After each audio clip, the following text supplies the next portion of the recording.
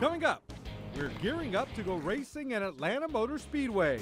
If I forget something, things have gone really, really bad. We'll go under the hood with Chase Elliott's interior mechanic. Immediately, our action plan got put into place. The team effort it took to get Kyle Busch back in the car. And NASCAR reveals the nominees for the next class of Hall of Famers.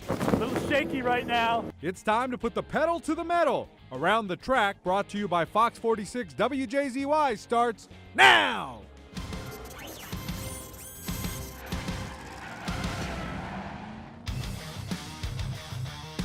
Welcome and thanks for tuning in to Around the Track. This is a new 30-minute show dedicated to NASCAR on Fox 46 WJZY. I'm Anthony Flores. He is Josh Sims, and we are joined by Winston Kelly, the Executive Director of the NASCAR Hall of Fame. Well, that's right, Winston, and it was a big week for a few names added to the list of hopefuls for the Hall of Fame. Yes, one of my favorite days of the year when we announce the nominees for the next class, in this case, the class of 2017, that'll be voted on in May of this year.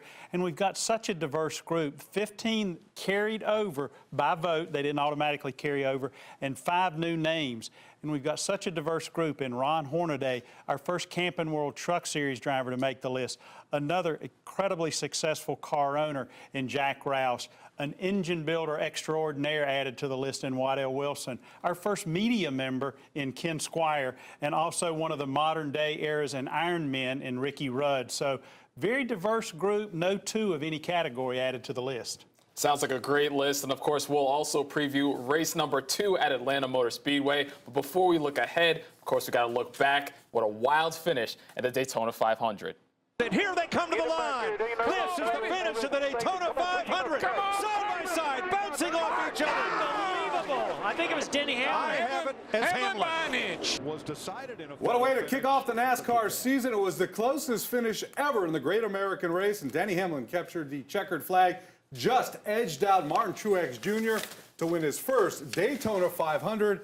Dale Earnhardt Jr. and Chase Elliott had their days cut a little short due to crashes during the race. And Winston, you were there at Daytona International Speedway and were able to interview Denny Hamlin working for MRN. What was that like? Well, anytime you're in victory lane, it's exciting. At Daytona, it goes up to another notch. And this being the first win for Toyota was a really big deal for them. Denny's been with Joe Gibbs the longest of any of his drivers. He really wanted to give Joe that next win to go along with the one he got with Dale Jarrett back in 1993. But how close it was. And the thing that was interesting, and I thought this was the case, and Denny admitted it, when he jumped up on that outside lane coming down the back straightaway, he was more blocking for his teammates that were ahead of him. And Matt Kenseth, kind of a quasi-teammate, and Martin Truex Jr. and Kyle Busch was up there, and he said, man, I got this run, and I had to go for it, but I didn't want to wreck all the cars and have Coach mad at all of us. And just the way it worked out, and then coming down that close, it was a very exciting ending to the race. And like I said, any victory lane's exciting, but this one was one of those that had that little extra.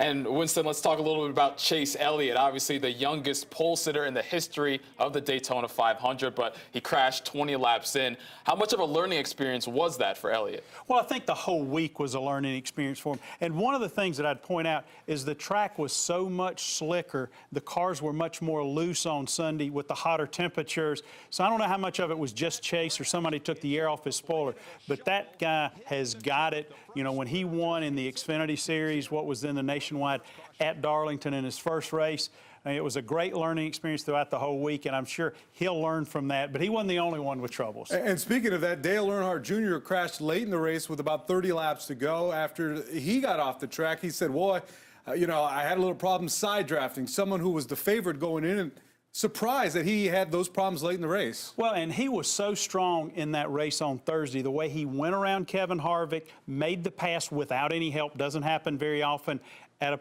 restrictor plate track. Then he went around Denny Hamlin and took the lead, and he had gotten a little bit back in the pack by how pit strategy and them taking on 4 tires at one of the pit stops. And I have to give it to him. He was running back in 6th, and he was trying to make something happen because that outside lane was not moving as good because we didn't have as much grip, and that's where you get into that side drafting. And I was as surprised as anybody else that he lost it there. But, to his credit, he took responsibility for it and said, we'll learn from it and go on. I got to say, I was at the race last week, and the thing that stuck out to me, aside from the race, Daytona Rising, I mean, what did you think of those new renovations? I thought it was phenomenal. Got the pleasure to go up there a couple of different times before the race or throughout the race weekend, and to see it literally was like a stadium complex that, you know, you think of Bank of America Stadium, you can go behind the stadium and the grandstands and be in a lounge type area. You had that all throughout the facility, different lounge areas, the concourse areas, the escalators. So I thought it was a phenomenal facility, great eye lines, moving the front seats back a little bit, gave them great sight lines, not just along the front straightaway. So Joey Chetwood, Lisa France Kennedy, and that entire team did a phenomenal job with it. And the energy, one of the other things I heard from the drivers throughout the weekend, Dale Earnhardt Jr. told me this, Kevin Harvick told me this, that there was so much energy in the motorhome lot, in the garage area, and from the drivers and the crews, as well as from the fans. You could feel it. All right, with Daytona in the books, we now move on to the ATL. Atlanta Motor Speedway is home to some of the best action in NASCAR. Here's a look at the 56-year history of the legendary speedway. Jimmy Johnson wins the Folds of Honor Quick Trip 500. That was the scene at Atlanta Motor Speedway last year when Jimmy Johnson captured the checkered flag. In the 56-year history of the raceway, 44 different drivers have made the trip to victory lane. In fact, the last 7 Sprint Cup races at the 1.54-mile-long track have seen 7 different winners. No one has celebrated more in Atlanta than the Intimidator, Dale Earnhardt Sr. Earnhardt raced to the checkered flag a record 9 times. Atlanta is the king of 500-mile races, hosting more than any other track in NASCAR history. 2016 will be the 93rd consecutive 500-mile race and the 101st overall. When the Speedway made its debut on July 31st, 1960, it became the 7th super speedway to host a Cup race. Atlanta is the home track for NASCAR Hall of Famer Bill Elliott. Awesome Bill from Dawsonville won at his hometown racetrack 6 times, and his son Chase is getting set to make his first trip around the track he grew up near as a Cup driver. Bill's words of advice for his son Chase: you know, have fun with it, because you know, you don't know when it's going to end. You don't know where you're going to end up. All right, so let's take a closer look at what makes Atlanta Motor Speedway so special. Of course, it's the racetrack. The 1.54-mile quad oval track is home to some of the most exciting action NASCAR has to offer. Now, that's due to the Speedway's aged abrasive surface that results in a slick track. The asphalt repaved last in 1997. Of course, you've got the new lower downforced aero package in Sprint Cup Series that has made the track a favorite amongst drivers. Well, Atlanta is such a great racetrack. You know, every driver will say it's one of their favorites. You know, the surface is old, but it's great for racing because the tires do wear out, and it's what the drivers have been wanting for so many years, which is tire fall off. We want us to go fast for a few laps, the tires fall off, and then we slide around. So that is the old school type racing. It's probably the last true racetrack that we have like that. And the 500-mile race on this track is sure to provide some fireworks this afternoon. And Winston, why is Atlanta Motor Speedway such a favorite for the drivers? I think the speed, the fact that you really have to wheel the car, like the driver said, that it moves around, it doesn't have a whole lot of grip. And if you look at the results, there's so many incredibly close finishes, just could go down so many of them, but it's just it's a driver's racetrack. They have to wheel that race car. Now, is there any added pressure for Chase Elliott, being that he's from nearby Dawsonville, and his father, of course, had so much success at the home track? You know, if there is, for a 20-year-old, he handles it incredibly well, and I think he knows he's in it for the long run, and he's not worried just about this weekend. He's interested in getting the learning experience that he can, so I don't think he's going to have any additional pressure because he's so good at putting that aside. How much does the driving style change this week from last week from Daytona? You're moving in the lower downforce and softer tires at Atlanta. Apples and oranges, because a restrictor plate track is an animal in and to itself. And when we had the low downforce packages last year at Kentucky and Darlington, you really saw those drivers that tended to like a looser race car, meaning the back of the car kind of wants to come around a little bit. So I think it's going to be great racing because they're out of the throttle a little bit more. It's going to bunch them together again like we saw last year. So I think it's going to be an exceptional race. Now it's a big week for the NASCAR Hall of Fame. 5 new names have been added to the list of nominees for the 2017 NASCAR Hall of Fame class. Now, drivers Ricky Rudd and Ron Hornaday Jr., team owner Jack Roush, engine builder Waddell Wilson, and legendary play-by-play man Ken Squire are among the new nominees. They joined the 15 nominees who appeared on the ballot last year to make up 20 individuals eligible for the Hall of Fame consideration this year. From the list of 20 nominees, 5 inductees will be elected by the NASCAR Hall of Fame voting panel. And Winston, how would you describe this year's nominees for the 2017 NASCAR Hall of Fame class? Diverse, deep, a lot of different options, and it gets harder every year for the voting panel to select just 5 because the differentiation in their success, whether it's on the track, number of wins, or their contributions off the racetrack, there's not, the 200 win folks or the 80 win folks like we've had in the past. So it's a very diverse group of people, but also there's so many different options and there's no wrong answers. And when you look at that diverse group like you described it, is there anyone that stands out the most to you? There's not. I think there's a number that I could sit here and speculate might have a good chance of getting in, but there's none of the 20 that's going to surprise me if they get in. Absolutely none. There's some years we've gone into the voting and you knew there's 1 or 2 you kind of expected. This year, there's none of the 20 that would surprise me if they were voted in this year. And when will the 5 nominees find out if they've been elected? On May the 25th, the voting panel meets and it will be announced that night at the NASCAR Hall of Fame. So it'll be May the 25th. Winston Kelly, thanks so much for joining us and sharing your NASCAR knowledge. All right, coming up, Kyle Busch's season almost ended before it even began last year. A wreck at Daytona kept Busch outside of the car for 11 races. How a local company got him back in the car, helping him complete one of the greatest comebacks in NASCAR history.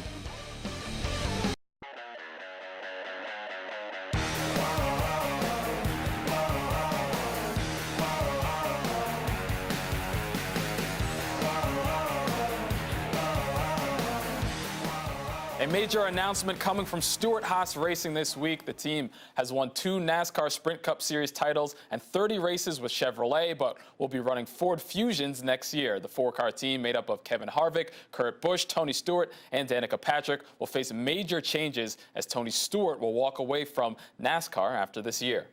Well, last season got off to a painful start for Kyle Busch. A crash in the Xfinity race at Daytona forced Busch to miss 11 races due to injuries. Now, our Logan Sherrill found out, a local physical therapy group, how they got Busch back on his feet, back in the car, and back to Daytona. They can't do this for 10 laps. Eric Jones around. Back across the field. The big one, part 2 at Daytona. Yeah, they can't do this. I mean, he hit that wall head on. It looked like he never even slowed down. This was the scene at the end of the 2015 season opening Xfinity Series race at Daytona International Speedway. NASCAR driver Kyle Busch hit the inside wall at 150 miles an hour, resulting in a compound fracture to his right leg and a broken left foot. Now, what easily could have been the end of Busch's career was the starting block for another team. Immediately, our action plan got put into place. It wasn't a NASCAR team who sprang into action. It was a physical therapy team, Ortho Carolina Motorsports, and one of the leading members is Ken Breath. Pull back with both and you take all the weight in one leg and extend it. Ortho Carolina Motorsports has been rehabbing drivers and crew members for nearly 10 years. They work with NASCAR teams both big and small, but no matter the size of the teams, drivers make the rehabilitation process more fluid. A typical patient says, oh, it hurts when I do that, but won't necessarily be able to explain where it hurts or the pressures in this area, where a lot of these drivers, they give such great feedback. He wanted to know everything I was feeling. Kyle Busch began working with Ortho Carolina Motorsports just days after having surgery on his leg and foot. He compared his work with Ken to dissecting a race car, which made it easier to pinpoint exactly what body part needed to receive attention. This stretch, it's hurting here and it's doing this and it's pulling there, and he would be able to decipher through all those different things like a crew chief and make sure that we were doing all the right things and not hurting something else down the road. When we're honest with the patient or the driver in Kyle's case and say, hey, we're going to do this, you're going to probably feel a lot of discomfort with this one. If they know that going in and then it comes true and they're like, okay, you're not going to hamstring me on this. You're going to be honest with me. You're going to tell me when things are going to hurt. That's where it started from, and I think the the trust relationship and honesty relationship just kind of built over time. They buy into it a little better, and so you earn that trust and you develop that rapport and know when to push them. It was a long road to recovery for Busch. He had to watch 11 races from outside the driver's seat of his number 18 Toyota. But with the help of Ken and his team, he overcame every obstacle thrown in front of him to fight his way to one of the greatest comeback stories in sports history by winning his first Sprint Cup championship. Ken was a huge part of our team in what it took in order to get better, to get back in the car, what the fight was like when I got back in the car to get back to winning a race, what the fight was like from winning a race to becoming chase eligible, from becoming chase eligible to winning the championship. I mean, there was a fight the whole year long of just overcoming obstacles and adversities and things like that were kind of thrown at us and put in our way, and it just really set in, and there was a lot of emotion shared in that night.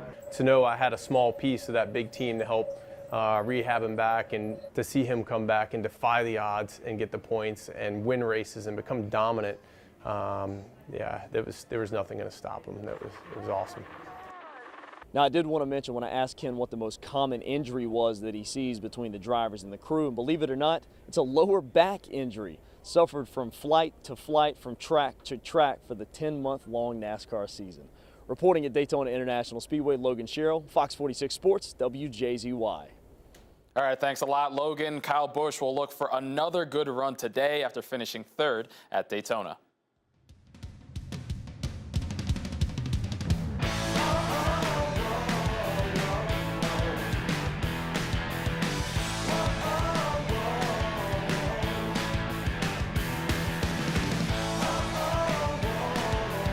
Welcome back. Cars flying around the track at 200 miles an hour. It's what we love about NASCAR.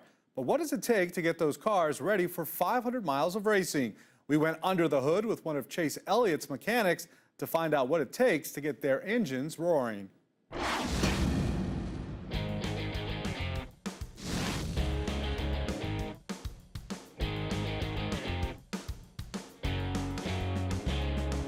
Hi, I'm Jordan Allen. I'm an interior mechanic for the number 24 Napa Auto Parts Chevrolet. An interior mechanic is responsible for everything inside the race car, from Chase Elliott's fire suit, helmet, shoes, gloves, to the seat, to the fire bottles. Anything inside is my responsibility. I have a checklist, so I try not to forget anything. If I forget something, things have gone really bad. On Chase's car, there's 12 people. There's 5 mechanics, 4 engineers, and a crew chief. Most of the time, it's just helping out your fellow mechanic, just trying to make sure that everybody's got everything to go. Just watch each other's backs, because that's the best way to not make mistakes and not have anything break or any mechanical failures. We get here around 7, and usually our day ends when one of our cars are complete. We really don't have a set time to go home. It's not a 9-to-5 job. Everything is done here. When we leave this shop, the car is ready to hit the racetrack. We're in the garage when Chase is on the racetrack. You know, when he comes in, that's when we start to make our changes, make adjustments. If Chase needs anything inside the car, I'm there to help him out, make him feel comfortable, make him ready to go. I'm the last one to see him when he gets inside the race car, and I'm the first one to see him when he gets out. Chase is quite the professional at 20 years old. His mother and father raised him very well, so I usually don't have to give him much advice. You know, he knows what he's doing. I've been at Hendrick Motorsports for 7 years. 6 of those years I got to work with one of the greatest race car drivers ever, Jeff Gordon. It's been an honor and a privilege, and now I've taken everything that I've learned there and I get to apply it with Chase and try to help Chase become that next level, that next great superstar.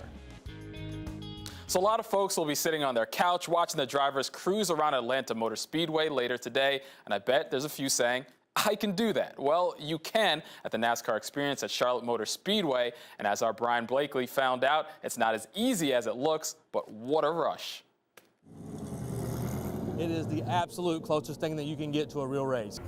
You drive a real stock car. You look like a NASCAR driver. How's that feel? Pretty good. Treated just like Jimmy or Jeff, but before you're handed the steering wheel to a very expensive race car. You must stay on the apron or below the white line through turn 1. You got to go to class with Michael Owens from NASCAR Experience. Safety, safety, safety. That is our #1 priority. After class, the anticipation builds as we get the final touches before hitting the track. A little shaky right now. Move over, Junior and Joey, because here I come. Then it's time. All right, I got the 24 car.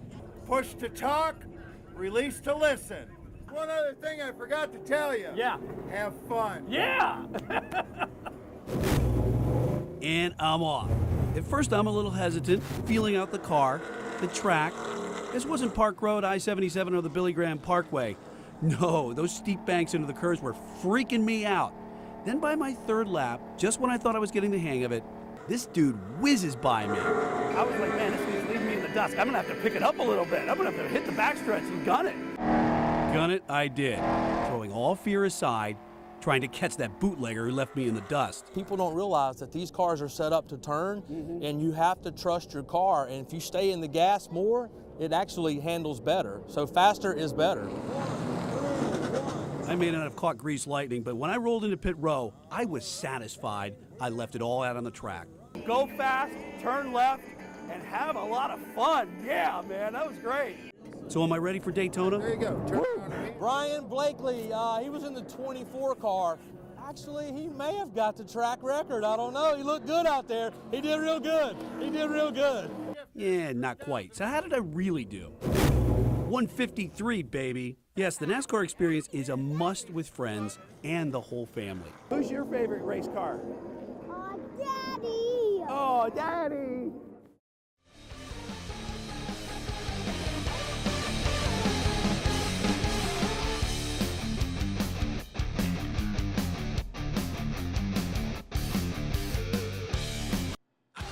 Folds of Honor Quick Trip 500 will go green today at 1 p.m. and the race can be seen right here on Fox 46. Now, Kyle Busch did have the fastest qualifying time on Friday, but he had issues with the rear of his car, so he will start last. His brother, Kurt, will be on the pole for today's race.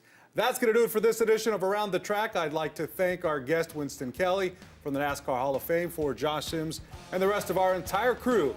I'm Anthony Flores. Thanks for watching and enjoy the race. So long, everyone.